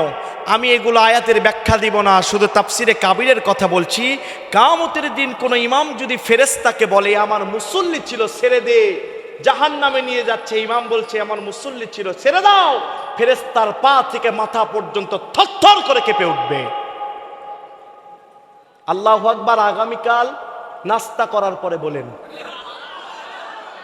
আরো জোরে, আরো জোরে একটা তাকবীর দিতে হবে। পারবেন তো? দেখি একটা যুবক একটা স্লোগান তুলেন আল্লাহর মহব্বতে, যে আপনার যৌবনটা আল্লাহর জন্য আপনি দিয়ে দিয়েছেন। আমি দোয়া করব আল্লাহ পাক এই যুবককে দুনিয়াতে কোনোদিন ঠেকায় রাখবে না। একজন যুবক একটা তাকবীর তোলেন দেখি তো। আল্লাহু আকবার। ওঠেন ভাইয়া, লিল্লাহে তাকবীর বলেন।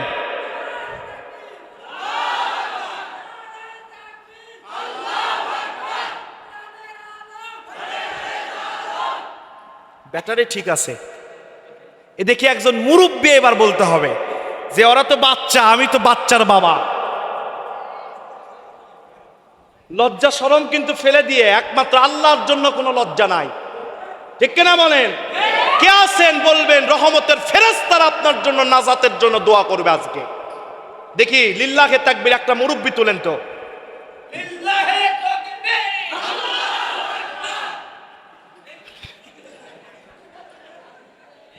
কার আওয়াজ বেশি?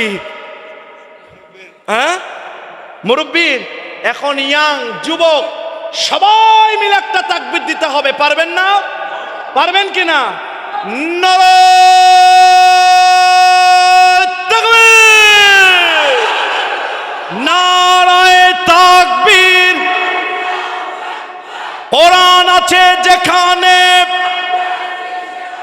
আলেম ওলামা যেখানে, সুদ ঘুষ যেখানে, নারায়ে তাকবীর। সব বারুদের মতো সব ফুলতেছে, ঠিক কিনা বলেন? তা ঈমান জাদাতহুম ঈমানা, ঈমান বেড়ে গিয়েছে। সুবহানাল্লাহ বলেন।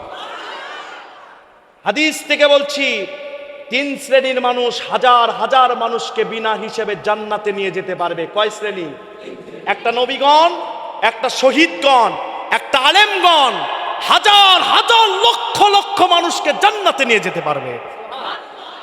কেউ যদি ইমামের বিপক্ষে শরীয়ত বিরোধী অপরাধ ছাড়া, ফতুয়ে স্বামী থেকে বলছি, শরীয়ত বিরোধী অপরাধ ছাড়া কেউ যদি ইমামের দুর্নাম করে, ওই ইমামের পিছনে সমস্ত মুসল্লির নামাজ হবে, কিন্তু ওই মুসল্লির নামাজ হবে না। তাহলে সাবধান, আন তাহবাতা আমালুহুম।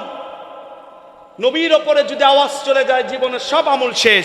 নবী নাই, আলেম ওলামা আছে না নাই? আয়াত আছে না নাই? বিনা কারণে ইমামের ওপর আওয়াজ যাবে জীবনের সব আমল নৌকায় চলে যাবে। জোরে বলেন, জোরে বলেন, ভেসে চলে যাবে। আমার ভাইরা কষ্ট পাচ্ছেন আপনারা? সম্মানিত ভাইরা আমার, মানুষের যে শ্বাস নানি আল্লাহ দিয়েছেন একবারে শেষের দিকে যাচ্ছি। বর্তমান সায়েন্স বলছে মানুষের শ্বাস নালীর ভিতরে 27টি রগ আছে। জোরে বলেন কয়টা? 27টি রগে 27টি ফেরেশতা আল্লাহ দিয়ে রেখেছেন। আপনি এই গলা দিয়ে মানুষের বিপক্ষে গীবত করেন, একটা ফেরেশতা 1 সেকেন্ডের জন্য যদি রগটা মুছড়ায় দেয়, কিয়ামত পর্যন্ত আপনি আর কথা বলতে পারবেন না। শুধু তাই নয়, সায়েন্স বলছে মানুষের শ্বাসনালীর এখানে একটা রগ আছে যার নাম ননিক্স। এই ননিক্সটা কি হয়, 1 সেকেন্ডে 200 বার নড়াচড়া করে। জোরে বলেন কয়বার? 1 সেকেন্ড বোঝেন আপনি? 1 সেকেন্ড এর ভিতরে 200 বার নড়াচড়া করে। আপনি আল্লাহর রহমত বুঝলেন না, আল্লাহর দয়া বুঝলেন না। আপনি আল্লাহকে ভুলে গিয়ে বাজারে দৌড়ান, ক্রামবোর্ড খেলেন, ফ্রি ফায়ার খেলেন, ফজরের সময় ঘুমান। আর আমার আল্লাহ 1 সেকেন্ডের জন্য আপনার দেহের কোনো যন্ত্র ভুলে যায় না। আল্লাহু আকবার বলেন। 3 নম্বরে রব মানে আইনদাতা। আইনদাতা কে? সংসদে কার আইন চলবে? কোরআন যাবে কিনা? এই জন্য এই লোকের কাজের দরকার আছে না নাই? জোরে বলেন। আপনাকে বললাম এক পাশে কোরআন রেখে দিলাম, এক পাশে বাতিল দল। বাতিল দল মানে শুধু আওয়ামী লীগ না, বাতিল দল মানে যারা কোরআন ভিত্তিক সমাজ গড়াতে চায় না। এক পাশে কোরআনের সমাজ, এক পাশে বাতিল দল। আপনি নামাজি, সিল আপনি কোনটাই দিবেন? জোরে বলেন। এটা কি মুখে না সময় মতো? জোরে বলেন।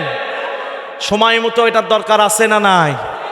এই সুযোগ কোরআনকে আপন করে নেন, এই কোরআন গোটা পৃথিবীতে বাংলাদেশকে পরিচিত করে দিবে। আল্লাহু আকবার বলেন। আমার ভাইরা, আমি আর ওই দিকে যাব না। তাহলে রব কে? জোরে বলেন। রবের আইনের ওপর ইস্তেকামাত থাকা লাগবে কিনা? জোরে বলেন।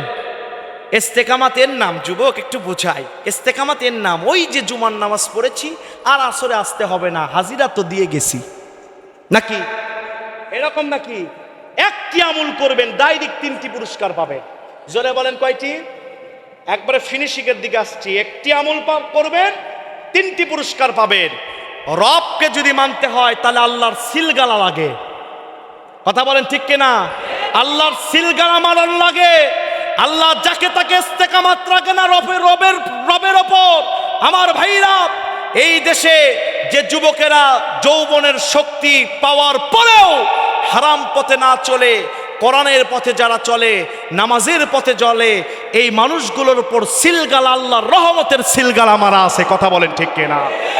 যেই মুরব্বীরা ঘুষের টাকা আসার পরেও, সুদের টাকা আসার পরেও খায় না, জমির ওসর দেয়, যাকাত দেয়, এই মুরব্বীদের ওপর ডাইরেক্ট আল্লাহর সিলগালা রহমত মারা আছে। কথা বলেন।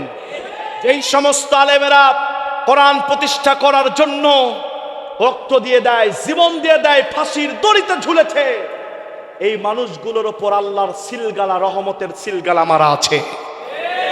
আমরা দেখেছি, অনেক ফেরাউনকে দেখেছি, কোরআন শুনেছে, বাধা দেয় নাই। আর এই বাংলাদেশে আমরা অনেক ফেরাউনকে দেখেছি যারা রাতের বেলা কোরআন শুনেছে, আর মাহফিল, কোরআনের মাহফিল যখন শুনেছে ওই জায়গায় 144 চালু করেছে। কথা বলেন ঠিক কিনা? এরকম ফেরাউন আমরা দেখেছি কিনা? রবের সিলগালা মারা লাগে ওই সমস্ত মানুষের ওপর যে মহিলারা জোহরের আজান দিয়েছে, তরকারি কুটতে গিয়ে রান্না রেখে আগে আল্লাহর সামনে দাঁড়িয়ে গেছে, এদের ওপর আল্লাহ ডাইরেক্ট রহমত আছে।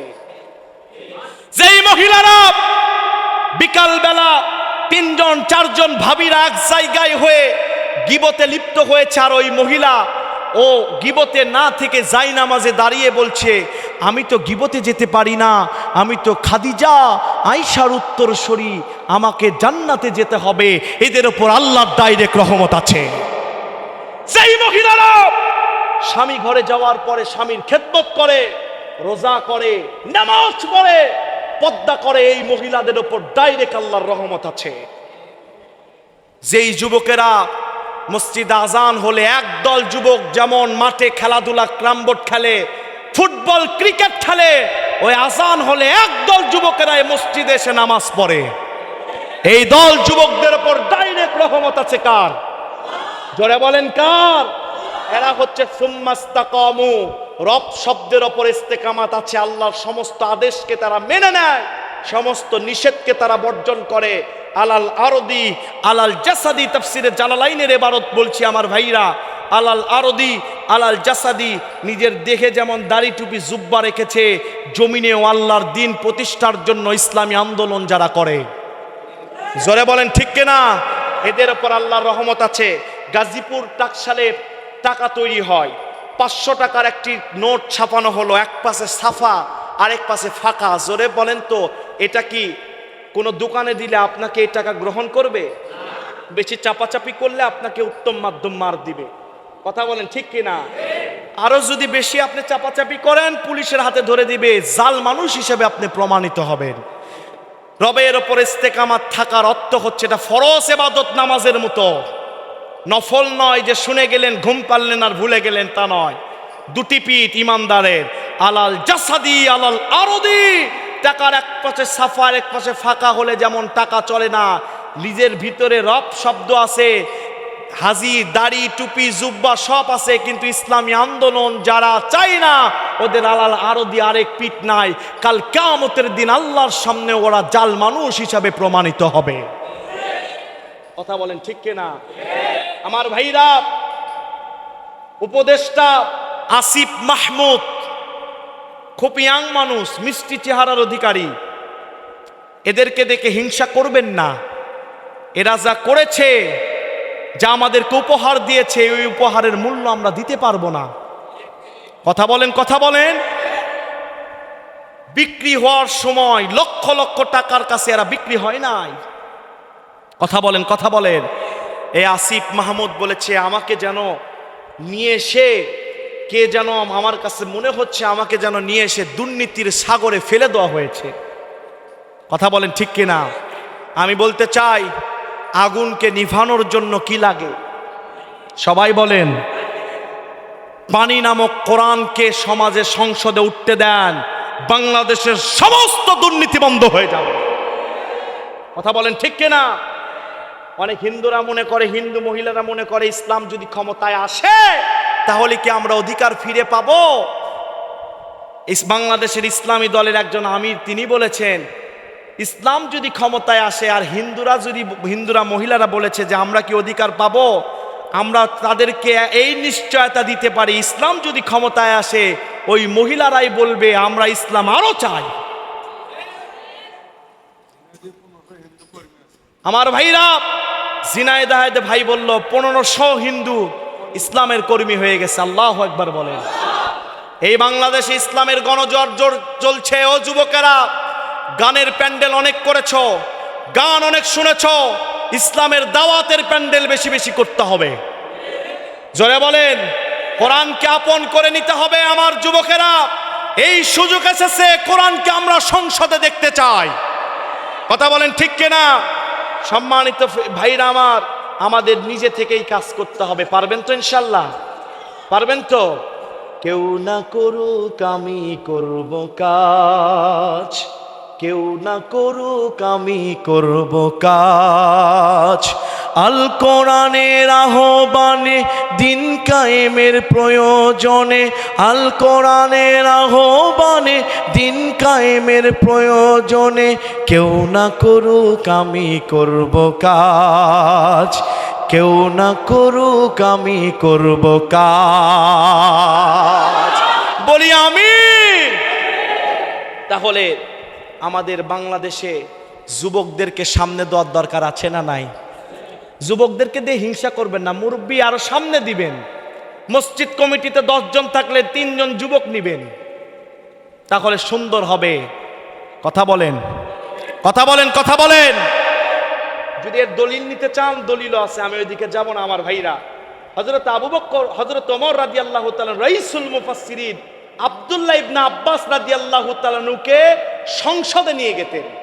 রাষ্ট্রীয় কাজ পরিচালনার জন্য। হযরত ওমর কি এই শুধু বাংলাদেশের মতো দেশের শাসক? জোরে বলেন। অর্ধ পৃথিবীর বাদশা। মুরব্বী সাহাবীরা বলে এই আব্দুল্লাহ ইবনে আব্বাস এত ছোট বয়স, একে কেন সূরার মিটিংয়ে সংসদ ভবনে আনা হয়? যখন সূরা নাসর নাজিল হলো, এমন সময় হযরত ওমর বলছে, বলো তো এই সূরা নাজিলের অর্থটা কি? কোনো মুরব্বীরা বলতে পারে না। কেউ বলে দিন পরিপূর্ণ হয়ে গেছে, এই জন্য আল্লাহ খুশির জন্য দিয়েছে। হযরত আব্দুল্লাহ ইবনে আব্বাসকে যখন জিজ্ঞাসা করা হলো, উনি বলছে এই সূরা নাজিলের মাধ্যমে বিশ্বনবী তাড়াতাড়ি দুনিয়া থেকে বিদায় নিবে, এটা নিশ্চিত হয়ে গেছে। জোরে বলেন আল্লাহু আকবার। এজন্য যুবকদের নেওয়ার দরকার আছে না নাই? এই জন্য রবের ওপর আমরা ইস্তেকামাত থাকবো তো। নামাজ পড়বো না ফজরের, নাকি? জোরে বলেন। আপনি দেখেতেও রব নিবেন, আপনার জমিনেও রব বাস্তবায়ন করতে হবে। কথা বলেন ঠিক কিনা? আমার ভাইয়েরা লক্ষ্য করেন, যদি আল্লাহকে রব মানতে পারেন, নিজের জীবনে সামাজিক জীবনে 6টি জায়গায় রব মানতে হবে। বিশ্বনবী বলেছেন, 1 নাম্বার ব্যক্তিগত জীবনে রব দরকার আছে না নাই? 2 নাম্বার পারিবারিক জীবনে রব দরকার আছে না নাই? আপনি নামাজ পড়েন, আপনার মেয়ে আপনার সন্তান বেপর্দা হয়ে পার্কে যায়, আপনি রব মানেন না। আপনার স্ত্রী পর্দা করে না, আপনি রব মানেন না। নাম্বার 3, বিশ্বনবী বলেন সামাজিক জীবনেও রবের দরকার আছে না নাই? সমাজে আপনি নামাজ পড়েন, যুবকেরা বক্স বাজায় মসজিদের পাশে হ্যাপি নিউ ইয়ারে, আর ওই যে বিয়ার অনুষ্ঠানে বক্স বাজায় আর নামাজও মসজিদে হয়, আছে না নাই? আপনি যদি রব মানেন, নামাজ পড়ার পরে সবাই ঐক্যবদ্ধ হয়ে গিয়ে ওই গানের বিয়ার অনুষ্ঠানের বক্স বন্ধ করতে হবে। হ্যাপি নিউ ইয়ারের দিনে বক্স বন্ধ করে ওয়াজ এবং ওখানে কোরআন তেলাওয়াত গজর দিতে হবে। কথা বলেন ঠিক কিনা? তাহলে আপনি রব মানলেন। নাম্বার 4, আপনাকে রব মানতে হবে অর্থনৈতিক জীবনে। ব্যবসায় গিয়েছেন, দাড়িপাল্লা 19-20 করা যাবে? জোরে বলেন। আপনি কথা দিয়েছেন, আপনি টাকা দিবেন, কালকে দিয়েছেন 2 মাস পরে, আছে না নাই? আপনি রব মানেন নাই। নাম্বার 5, রাষ্ট্রীয় জীবনে রবের দরকার আছে না নাই? রাষ্ট্রীয় জীবনে রবের আইন বাস্তবায়ন করতে হবে। নাম্বার 6, আন্তর্জাতিক জীবন পর্যন্ত রবের আইন দিয়ে সাজানোর চেষ্টা করতে হবে। এই 6টি জিনিসে যারা রব মানতে পারবে, ওই মানুষ মৃত্যুর সময় যখন চলে আসবে, ওই মানুষের দুনিয়ার হায়াত যখন শেষ হয়ে যাবে, মানুষগুলোর আত্মীয় স্বজন কান্নাকাটি করবে। সাকরাতুল মাউত, মৃত্যুর গড়গড়ানি যখন শুরু হয়ে যাবে, বলেন মৃত্যুর সময় মানুষের সবচাইতে বেশি ভয় আছে না নাই? জোরে বলেন। বিশ্বনবী বলেন মৃত্যুর সময় ইবলিস শয়তান এসে মানুষগুলোকে বলে, আল্লাহর দল সত্য নয়, আমার দলে চলে যা, কালেমা পড়িস না। ওই সময় মানুষ সবচেয়ে বড় ভয়ের ভিতরে থাকে, ওই সময় সবচেয়ে বড় মানুষের পরীক্ষা চলে। বিশ্বনবী বলেন আল্লাহ তাখাফু, ওই সময় আল্লাহ আপনার অন্তর থেকে ভয়গুলো দূর করে দিবে যদি দুনিয়াতে আল্লাহকে রব মানে। এরপরে মৃত্যুর সময় টেনশন আছে না নাই? জোরে বলেন। মৃত্যুর সময় টেনশন, আমার হায়াতের জীবন শেষ হয়ে গিয়েছে, এখন আমি চলে যাব। এই আদরের মায়ার শরীরটাকে টেনে টেনে সবাই নিয়ে যাবে, দামি দামি কাপড়গুলো খুলে ফেলে দিয়া, বড়ই পাতার গরম পানি দিয়া, ঠান্ডা পানি দিয়া আমার লাশকে ধোয়ানো হবে। দামি কাপড় খুলে দিয়া সাদা কাফনের কাফন পরানো হবে।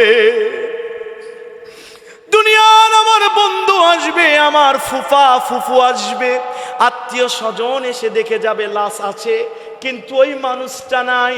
কবরে দিয়ে আসবে সবাই, হাড় ক্ষয় হবে, হাড্ডি ক্ষয় হবে, মাটির সঙ্গে মিশায় যাব। 5 বছর পর সবাই আনন্দ করবে, আমার নামও নিবে না। কথা বলে। কেউ আপন নয়, কেউ আপন নয়। সব মরিচিকা, স্বপ্ন যেমন মরিচিকা, তাকায় দেখেন এটা স্বপ্ন বাস্তব নয়, তেমন দুনিয়াও মরীচিকা। চোখ যখন খুলবে দেখবেন সব মরীচিকা কেউ আপন নয়। ওই সময় আপনাকে আমার ভাইরা ওই যে ওয়ালা আল্লাহ তাখাফু ওয়ালা তাহজানু, টেনশনটা কাজ করবে আল্লাহ রবের উপরে ইস্তেকামাত থাকার কারণে টেনশন গুলো সব দূর করে দিবে। আল্লাহু আকবার বলেন। ভাইরা আমার, 3 নম্বর পুরস্কার কি? আল্লাহর ফেরেশতা তাফসীরে জাবরি বলছেন, আল্লাহর ফেরেশতা আজরাইল আলাইহিস সালাম মৃত ব্যক্তির হাতের মাথার উপরে চোখের সামনে এরকম হাত তুলবে। আজরাইলের হাতের ভিতরে আল্লাহ 8টি জান্নাতের আলো সেট করে দিবে, 8টি জান্নাত সেট করে দিবে। যেমন টর্চ লাইট মুখে মারলে আলো লাগে, আল্লাহর ওই মনুষ্য ব্যক্তি দুনিয়াতে যারা রব মেনেছে আল্লাহকে, ওই ব্যক্তির যখন মৃত্যুর সময় আসবে ডাইরেক্ট জান্নাতের আলো তার মুখে মেরে যাবে। জোরে বলেন সুবহানাল্লাহ। ওয়া আবশিরু বিল জান্নাতিল্লাতী কুনতুম তুআদুন।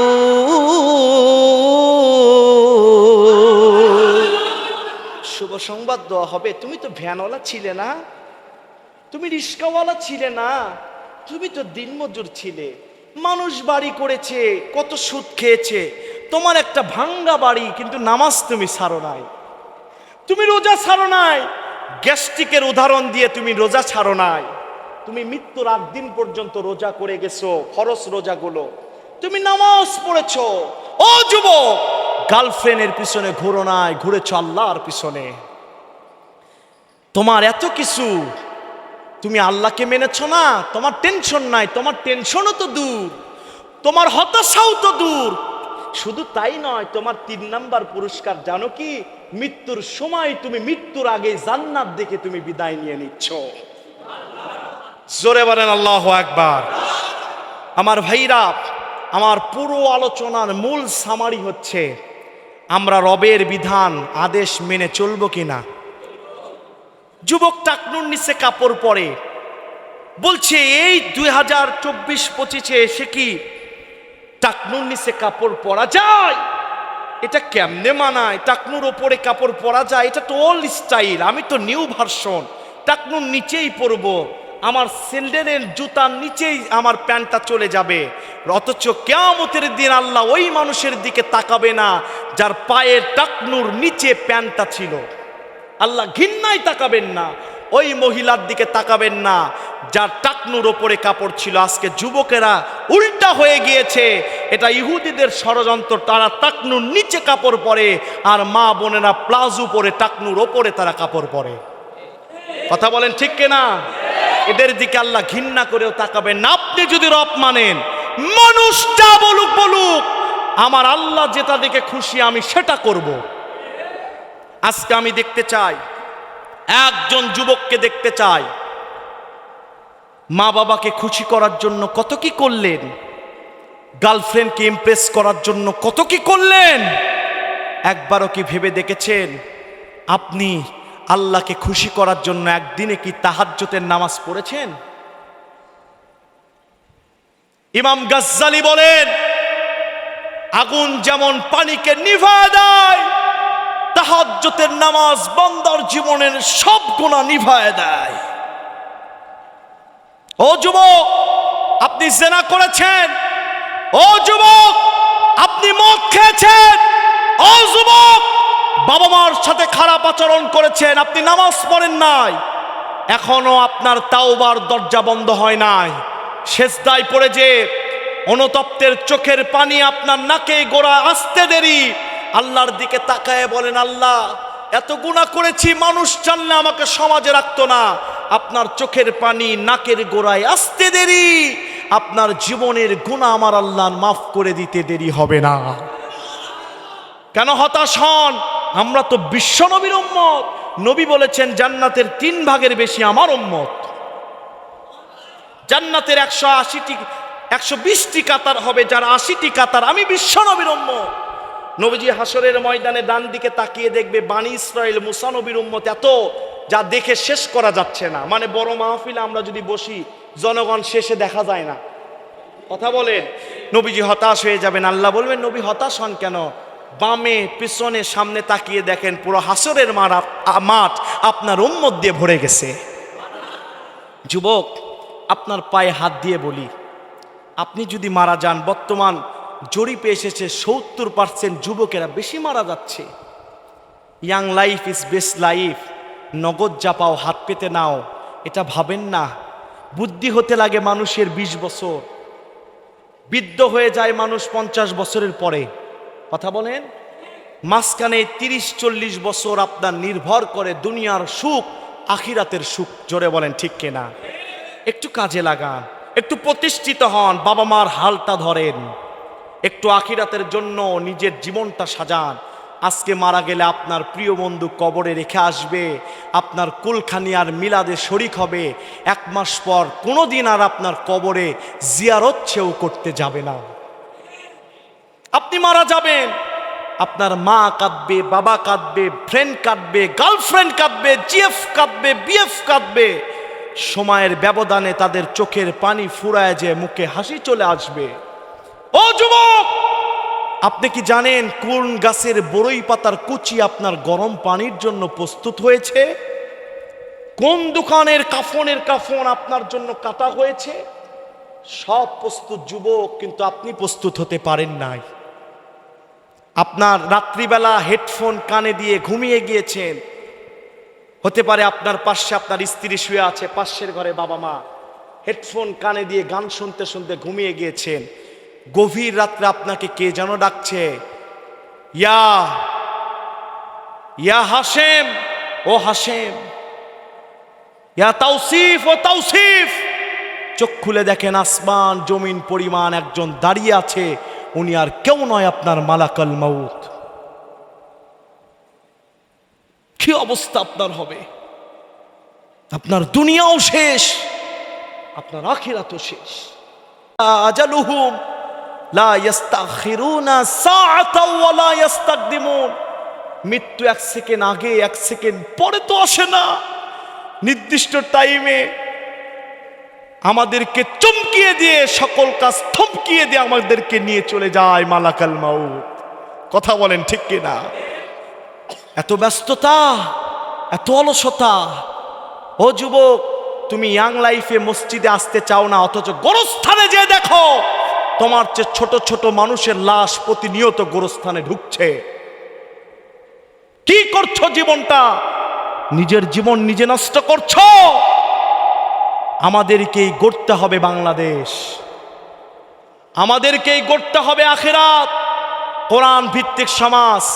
আজকে একটি যুবককে আমি চাই হাত তুলে দেখাবেন, হুজুর সৎ নিয়ত যদি থাকে, হুজুর চেষ্টা করব দুনিয়ার মানুষের জন্য কত কি করেছি, কিন্তু আল্লাহর জন্য কিছুই করতে পারি নাই। আজ থেকে নিয়ত নিলাম আমি 5 ওয়াক্ত নামাজ পড়ব ইনশাল্লাহ। হুজুর দেখেছি কেউ যাবে না, আমাকে একা আসতে হয়েছে, আমাকে একাই যেতে হবে। আমি নামাজ আর ছাড়বো না। কাজে আসি 10 মিনিট কাজ অফ করে দিয়ে নামাজ পড়ব। চাকরিতে আসি, গাড়ি চালাচ্ছি, 10 মিনিট অফ করে দিয়ে নামাজ পড়ব। পৃথিবীর যে প্রান্তেই হোক, এমন যদি সৎ নিয়তের কোনো যুবক থাকেন, আল্লাহকে হাত তুলে দেখিয়ে দেন। আমার মন বলছে কোরআনের তাফসিরের পরে আজকে আল্লাহর আরশ পর্যন্ত তার জন্য দোয়া কবুল হয়ে যাবে। একজন যুবক হাত তুলে দেখান যে হুজুর নামাজ পড়ার চেষ্টা করব 5 ওয়াক্ত ইনশাল্লাহ। যারা সৎ নিয়ত আছে একটু দাঁড়ান, যারা নামাজ পড়বেন, যারা পড়েন তারা না, যারা নতুন করে পড়বেন একটু হাত তুলে দেখান। বলেন না, ওপরে তাকান, বলেন ইয়া আল্লাহ, ইয়া আল্লাহ, ইয়া আরহামার রাহিমিন। আমাদের জীবনের যত সগীরা কবিরা শিরকি বেদাতি যত গুনাহ করেছি, আল্লাহ তুমি আল্লাহ মাফ করে দাও, মাফ করে দাও।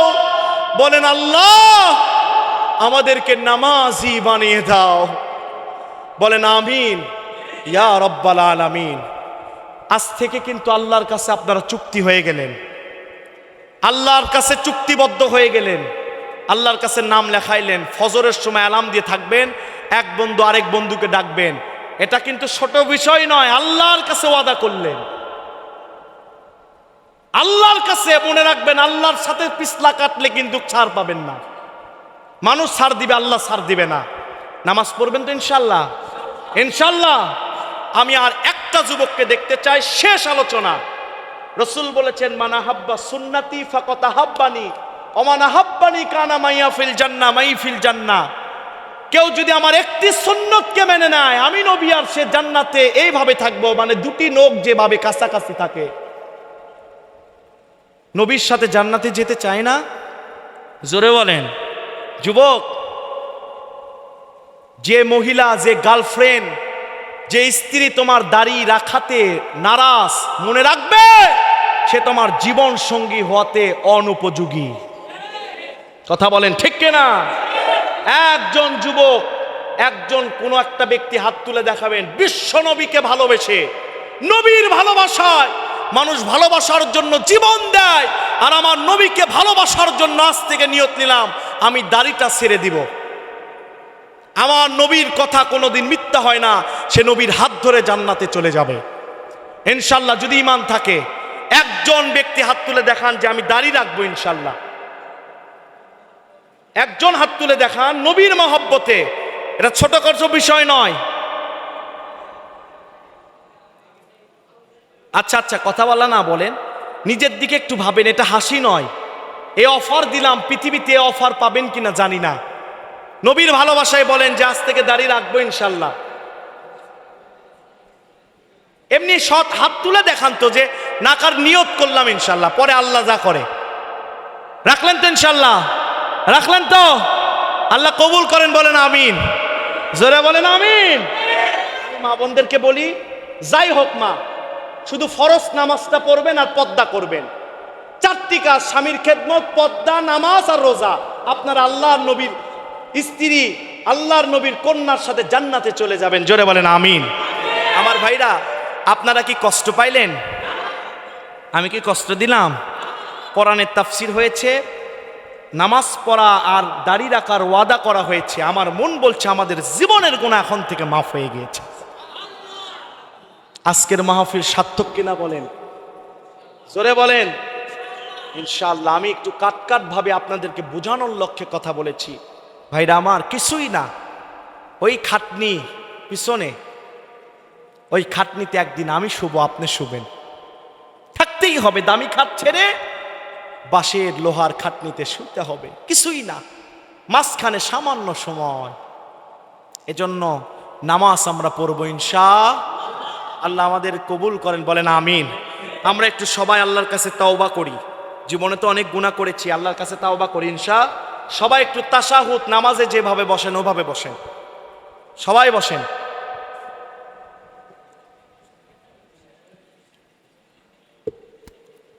চক্ষু বন্ধ করেন, নামাজের ভাবে বসেন, নামাজে যেভাবে বসেন বসেন। পশ্চিম দিক হন, বলেন ইয়া আল্লাহ, ইয়া আল্লাহ, আমাদের জীবনের সগীরা, কবিরা, শিরকি, বেদাতি, নিফাকি, রাতের আধারে, দিনের আলোতে, প্রকাশ্যে গোপনে যত গুনাহ করেছি, তুমি আল্লাহ, তুমি আল্লাহ মাফ করে দাও, মাফ করে দাও। বলেন আমিন। ইয়া আরহামার রাহিমিন। বলেন আস্তাগফিরুল্লাহ আল্লাযী লা ইলাহা ইল্লা হুয়াল হাইয়ুল কাইয়্যুম ওয়া আতুবু ইলাইহি, ওয়া আতুবু ইলাইহি। বলেন আমিন। ইয়া রাব্বাল আলামিন।